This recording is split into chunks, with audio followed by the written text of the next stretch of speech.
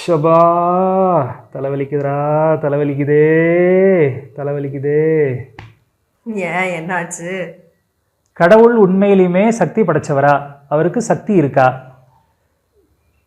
எவ்வளோ பேர் எவ்வளோ கஷ்டப்படுறாங்க. கோயில் கோயிலாக ஏறி இறங்குறாங்க, மசூதி மசூதியாக ஏறி இறங்குறாங்க, சர்ச்சு சர்ச்சாக ஏறி இறங்குறாங்க. ஆனால் அவங்களுடைய கஷ்டம் தீர்ந்த பாடு இல்லை. கடவுள் உண்மையிலுமே சக்தி படைச்சவரா? அவருக்கு சக்தி இருக்கா? கடவுளுக்கு சக்தி இருக்கா இல்லையா அப்படின்றது ஒவ்வொருத்தருடைய தனிப்பட்ட நம்பிக்கையை பொறுத்தது. சரி, அதுக்குள்ள நான் வரல. சரி, அது ஒரு பக்கம் இருக்கட்டும். ஓகே. இப்போ கடவுளுக்கு சக்தி இருக்குன்னே வச்சுப்போம். சரி, ஓகேவா? அப்படி இருக்கும் பட்சத்துல ஒரே ஒரு சூழ்நிலையில மட்டும் கடவுள் என்னதான் பண்ணாலும் அவருடைய சக்தி அந்த சூழ்நிலையில, அந்த பர்டிகுலர் சூழ்நிலையில பயனில்லாம போயிடும். அது எதுன்னு உங்களுக்கு தெரியுமா? கடவுளுக்கு சக்தி இருக்குன்னே வச்சுக்கிட்டாலும் ஒரே ஒரு சூழ்நிலையில மட்டும் அவருடைய சக்தி பயனற்று போகும். அவருடைய சக்தியினால எந்த விதமான மாற்றமும் கொண்டு வர முடியாது. என்ன சூழ்நிலை? புரியலையே. அது எந்த சூழ்நிலை அப்படின்றத ஒரு சின்ன கதை மூலமா நான் உங்களுக்கு சொல்றேன். சரி, அதுக்கு முன்னாடி hi friends, welcome to English அரட்டை. என்ன சூழ்நிலை? அதுக்கு முன்னாடி நம்ம ஃப்ரெண்ட்ஸ் கிட்ட கொஞ்சம் பேசிட்டு வந்துடுறேன். சரியா? நண்பர்களே, இந்த வீடியோவை இப்ப நீங்க பாத்துக்கிட்டு இருக்கீங்க அப்படின்னாக்கா இயற்கை உங்ககிட்ட ஏதோ ஒரு மெசேஜ் சொல்ல வருது அப்படின்றது அர்த்தம். இந்த வீடியோவை நீங்க பார்த்து முடிச்ச பிறகு அது எந்த சூழ்நிலையில கடவுளுக்கு சக்தி இல்லாம போகும் அப்படின்றத நம்ம வள்ளுவர் பெருமான் சொன்ன ஒரு திருக்குறள் மூலமா உங்களுக்கு நான் சொல்றேன். அதனால வீடியோவை ஸ்கிப் பண்ணாம பாருங்க. இப்ப கதைக்குள்ள போயிடலாமா? போலாமா? போயிடலாம். ஓகே. நான் கதையை எடுத்து வச்சிருக்கேன். இதுல என்ன ஒரே ஒரு சின்ன பாயிண்ட் அப்படின்னாக்கா, இந்த கதை நான் சின்ன பிள்ளையா இருக்கும் போது சிறுவர் மலர்னு புக் வரும். ஆமா, நம்ம நியூஸ் பேப்பர்ல வந்து ஒரு ஆடட் அடிஷனா ஒரு சின்ன புக் வரும். வெள்ளிக்கிழமை வரும். கிழமை எல்லாம் எனக்கு ஞாபகம் இல்ல. அந்த புக்ல நான் படிச்சது எப்போ, பல வருஷத்துக்கு முன்னாடி. சரி. கதை அவ்வளவு ஸ்ட்ராங்கா மனசுல பதிஞ்சு போச்சு. சரி, ஓகே. அந்த கதையை வந்து மனசுல வச்சு அதனுடைய இங்கிலீஷ் வெர்ஷனை வந்து நான் எடுத்து வச்சிருக்கேன். ஒவ்வொரு லைனா அதை வந்து நான் உங்களுக்கு வந்து படிச்சு காட்டுறேன். அந்த லைனுக்கு உண்டான தமிழ் விளக்கத்தை நீங்க எனக்கு சொல்லுங்க. சரியா? சொல்றேன். கதைக்குள்ள போயிடலாம். நான் எடுத்து வச்சுக்கிறேன். One afternoon, God came down to earth disguised as an ordinary villager. அதாவது ஒரு மதிய வேளையில கடவுள் பூமிக்கு ஒரு சராசரியான கிராமவாசி போல வேஷம் போட்டுக்கிட்டு, அதாவது disguised as an ordinary villager. ஆமா, சராசரி கிராமவாசி போல வேடமிட்டு பூமிக்கு வராரு. சூப்பர். அடுத்தது, he walked leisurely through the countryside. அதாவது கிராமப்புறத்துல ரொம்ப நிதானமா நடந்து போறாரு. கரெக்ட். அடுத்தது, as the evening set in and darkness slowly crept in. set in அப்படினா to become. அதாவது ஈவினிங் வந்து தொடங்கிடுச்சு. and the darkness slowly crept in. so creep in அப்படின்ற phrasal verb உடைய past tense தான் வந்து crept in. correct. which means மாலை வேளை தொடங்கி இருள் சூழ ஆரம்பித்தது. அதாவது கொஞ்சம் கொஞ்சமா கண்ணுக்கே தெரியாம அப்படியே ஊடுருவது. சரியா? he noticed something unusual. ரொம்ப வித்தியாசமா வினோதமா ஒரு விஷயத்தை கடவுள் வந்து பார்க்கறாரு. a farmer was plowing his field in the dark with a lantern for light. அதாவது அந்த இருள் வேளையில ஒரு விவசாயி நிலத்தை வந்து உழுதுகிட்டு இருக்கிறாரு, வெளிச்சத்துக்கு ஒரு லாந்தர் விளக்க வச்சுக்கிட்டு. Correct. out of curiosity God approached him and asked. out of curiosity அதாவது ஆர்வத்தின் காரணமாக கடவுள் வந்து அந்த விவசாயி கிட்ட போய் ஒரு கேக்குறாரு. என்னன்னு? why are you working so hard in the dark? இந்த இருட்டுல ஏன் ரொம்ப கஷ்டப்பட்டு உழைச்சிட்டு இருக்கீங்க அப்படின்னு கடவுள் வந்து அந்த விவசாயி கிட்ட கேக்குறாரு. and that too when there is no sign of rain. இப்போ மழை பெய்யறதுக்கான வாய்ப்பே இல்லை, நீங்க உழறீங்க அப்படின்னா தண்ணி தேவை. மழை வர்றதுக்கான வாய்ப்பு இல்லாத இந்த சூழ்நிலையில, அதுவும் இருட்டு வேலையில ஏன் வந்து இப்படி கஷ்டப்பட்டு உழுதுகிட்டு இருக்கிறீங்க? கரெக்ட். அடுத்தது அதுக்கு வந்து ஃபார்மர் வந்து பதில் சொல்றாரு. The farmer gave a firm and inspiring reply. I have hope.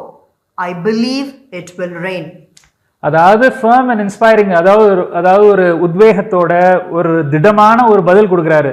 எனக்கு நம்பிக்கை இருக்கு, கண்டிப்பா மழை பெய்யும் அப்படின்னு. சூப்பர். அடுத்தது God tried to convince the farmer that there was no possibility of rain, especially in this dry season. Season வந்து try season, மழை பெய்யறதுக்கான வாய்ப்பே இல்ல, எதுக்காக நீங்க கஷ்டப்பட்டு உழைக்கிறீங்க அதுவும் இந்த இருட்டுல அப்படின்னு மறுபடியும் காட் வந்து அந்த ஃபார்மரை கன்வின்ஸ் பண்றாரு. Okay. But the farmer remained unshaken அப்படின்னா அதாவது மனதளவுல திடமா இருக்கிறாரு. அவருடைய நம்பிக்கை வந்து அவ்வளோ ஆணித்தனமா இருக்கு. Correct. He continued his work with full faith. முழு நம்பிக்கையோட அவருடைய வேலையை மறுபடியும் செஞ்சுக்கிட்டே இருக்கிறாரு. கரெக்ட். அடுத்தது surprised and even a little bit offended by the farmer's unwavering hope, God decided to teach him a lesson. என்னடா இது இவ்வளோ திடமா பதில் சொல்றாரு, இவ்வளோ நம்பிக்கையோட பதில் சொல்றாரு, நான் கடவுள், நானே சொல்றேன் மழை வராது அப்படின்ட்டு, இதையும் மீறி இவர் வந்து இவ்வளோ நம்பிக்கையோட இருக்கிறாரு அப்படின்னா அதை கேட்டுட்டு கடவுளுக்கு வந்து அஃபண்ட் ஆயிடுது. அதாவது சங்கடப்பட்டுறாரு. சங்கடப்பட்டு இந்த விவசாயிக்கு நம்ம ஒரு பாடம் கத்துக் கொடுக்கணும், நம்மளோட பவரை காமிக்கணும் அப்படின்ட்டு முடிவு பண்றாரு. Okay. So God went to the Lord of Rain and said, no matter what happens, do not let it rain tonight. So கடவுள் வந்து மழை தேவதை கிட்ட போய் என்ன நடந்தாலும் சரி இன்னைக்கு நைட்டு மழை பெய்ய விடக்கூடாது, நீ மழை பெய்யக்கூடாது அப்படின்னு ஆணையிடுறாரு. ஓகேவா? The rain lord agreed but added, I have a rule. If a frog croaks, I must send rain. So please make sure the frogs don't croak. அதாவது நீங்க சொல்றத நான் கேக்குறேன், ஆனா எனக்கும் ஒரு ரூல் இருக்கு. என்ன ரூல் அப்படின்னா, ஒருவேளை தவளை வந்து சத்தம் எட்டுச்சுன்னா, அதாவது தவளையினுடைய சத்தத்தை வந்து இங்கிலீஷ்ல வந்து croaking அப்படின்னு சொல்லுவாங்க. So when a frog croaks, எனக்கு வேற வழியே கிடையாது, அது வந்து நான் மழை பெய்ய வைக்கணும் அப்படின்ற சிக்னல் எனக்கு. சோ அது நடந்துச்சுன்னா நான் மழை பெய்ய வச்சிருவேன், என்ன கேட்காதீங்க. அது நடக்கூடாம பாத்துங்க. Right. So God went to the leader of frogs, who also agreed but said, I too have a rule. If I see a firefly glow, I will croak. That's a signal to me. அதாவது நீங்க சொல்றத நான் கேக்குறேன். அதாவது கடவுள் வந்து தவளையினுடைய தலைவனை போய் பார்த்து, நீ இதை செய், இதுதான் சூழ்நிலை. தவளையினுடைய தலைவனும் வந்து ஒத்துக்கிறாரு. கடவுளே நீங்க சொல்றத நான் ஒத்துக்கிறேன், இருந்தாலும் எனக்கும் ஒரு ரூல் இருக்கு. ஒருவேளை மின்மினி பூச்சி அதனுடைய ஒளியை உமிழ்வதை நான் பார்க்க நேரிட்டால் நான் கத்திருவேன். அதனால நீங்க மின்மினி பூச்சியினுடைய தலைவனை பார்த்து அவர்கிட்டயும் ஒரு வார்த்தை சொல்லிடுங்க. ரைட். ஓகேவா?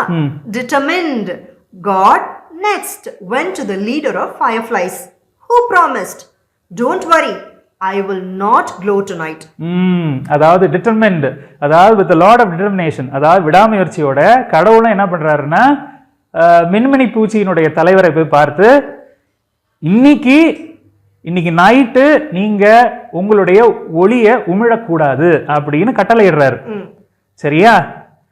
அவரும் வந்து ஒத்துக்கிறாரு. அதாவது மின்மினி பூச்சியினுடைய தலைவனும் வந்து ஒத்துக்கிறாரு. சரிங்க கடவுளே, நீங்க சொல்லிட்டீங்க இல்லையா, நான் கண்டிப்பா பண்ண மாட்டேன் அப்படின்னு. சரியா? Satisfied, God felt assured that there would be no rain. இத கேட்டதும் satisfied, அதாவது திருப்தியோட, அப்பா நம்ம வந்து இன்னைக்கு அந்த விவசாயினுடைய ஹோப்ல வந்து தடை போட்டாச்சு, கண்டிப்பா இன்னைக்கு மழை பெய்யாது அப்படின்னு ரொம்ப திடமா இருக்கிறார் கடவுள். Okay. But to his shock, it rained that very evening. அப்படி இருந்தும் கடவுளே ஷாக் ஆகிற அளவுக்கு மழை பெய்யுது. Super. Furious and confused, God rushed to the Lord of Rain and asked, "Why did you let it rain?" கோபமடைஞ்ச கடவுள் மழை தேவதையை போய் பார்த்து, நான் உங்ககிட்ட என்ன சொன்னேன், மழை பெய்யக்கூடாதுன்னு சொன்னேன் இல்லையா, ஏன் மழை பெய்ய வச்ச அப்படின்னு கடிஞ்சிக்கிறாரு. Okay. The rain lord replied fearfully, "I had no choice. A frog croaked." That was a signal to me. Exactly. So அவர் என்ன சொல்றாரு, கடவுள் கேட்கிறாரு, மிரட்டுறாரு. அதை கேட்ட உடனே பயந்து போய், கடவுளே நான் என்னங்க பண்றது, ஒரு தவளை வந்து சத்தம் போட்டுடுச்சு, அந்த சத்தத்தை கேட்ட உடனே எனக்கு மழை பெய்ய வைக்கிறதுக்கு சிக்னல் நினைச்சுக்கிட்டு நான் என்ன பண்ணிட்டேன், மழை பெய்ய வச்சிட்டேன் அப்படின்றாரு. சரி. God ran to the frog leader and asked, "Why did you croak?" The frog replied, "I saw a light in the distance. I thought a firefly had glowed, so I croaked." கடவுள் வந்து தவளை தலைவன் கிட்ட போய் பார்த்து, நான் தான் உன்னை வந்து சத்தம் போட வேணாம்னு சொன்னேன் இல்லையா, ஏன் சத்தம் போட வச்சிங்க அப்படின்னு சொல்லிட்டு கடவுள் வந்து அந்த தவளையினுடைய தலைவனை பார்த்து கடிஞ்சிக்கிறாரு. அதை கேட்ட உடனே, நான் என்னங்க கடவுளை பண்றது, தூரத்துல ஒரு வெளிச்சத்தை பார்த்தேன், அந்த வெளிச்சத்தை பார்த்த உடனே மின்மினி பூச்சி தான் தன்னுடைய ஒளியை வந்து உமிழ்து அப்படின்னு நான் நினைச்சுக்கிட்டேன், நான் கத்திட்டேன் அப்படின்னு தவளையினுடைய தலைவன் வந்து சொல்றாரு. Finally, God asked the leader of fireflies, "Did you glow despite your promise?" கடவுள் அந்த மின்மினி பூச்சியினுடைய தலைவனை பார்த்து, நீ செய்து கொடுத்த சத்தியத்தையும் மீறி ஒளிய உமிழ்ந்தியா அப்படின்னு கோபமா கேக்குறாரு. Okay. The firefly said honestly, "No, I did not glow at all." அதாவது ஹானஸ்டா,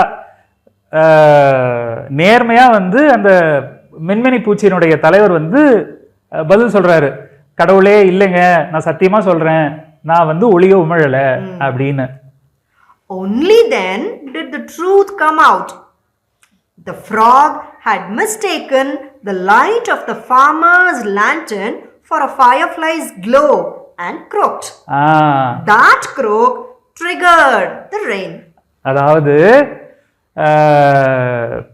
தவளை வந்து அந்த விவசாயி வந்து லாந்தர் விளக்கு வச்சிருந்தாருல்ல, தூரத்துல இருந்து பார்க்கறதுக்கு அது மின்மினி பூச்சியினுடைய ஒளியை போல இருந்ததுனால, மின்மினி பூச்சியினுடைய ஒளி அப்படின்னு தவறுதலா நினைச்சு அந்த தவளை வந்து கத்திருச்சு.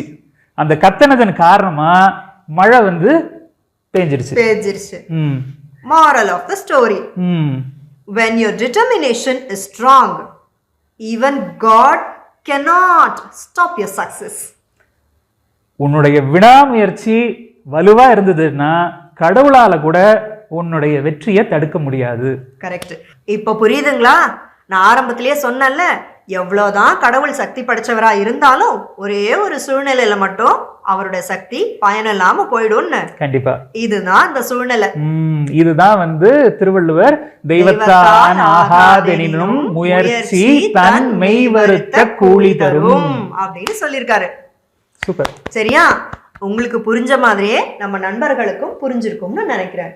ஸோ ஃப்ரெண்ட்ஸ், என்ன நடந்தாலோ எவ்வளோ கஷ்டம் வந்தாலோ உங்களுடைய நம்பிக்கையோடவும் விடாமுயற்சியோடவும் முயற்சி பண்ணிக்கிட்டே இருங்க, உழைச்சிக்கிட்டே இருங்க. உங்களுக்கான சக்சஸ் உங்களை தேடி வந்தே தீரும். வேற ஒரு வீடியோல சந்திப்போம். பாய்.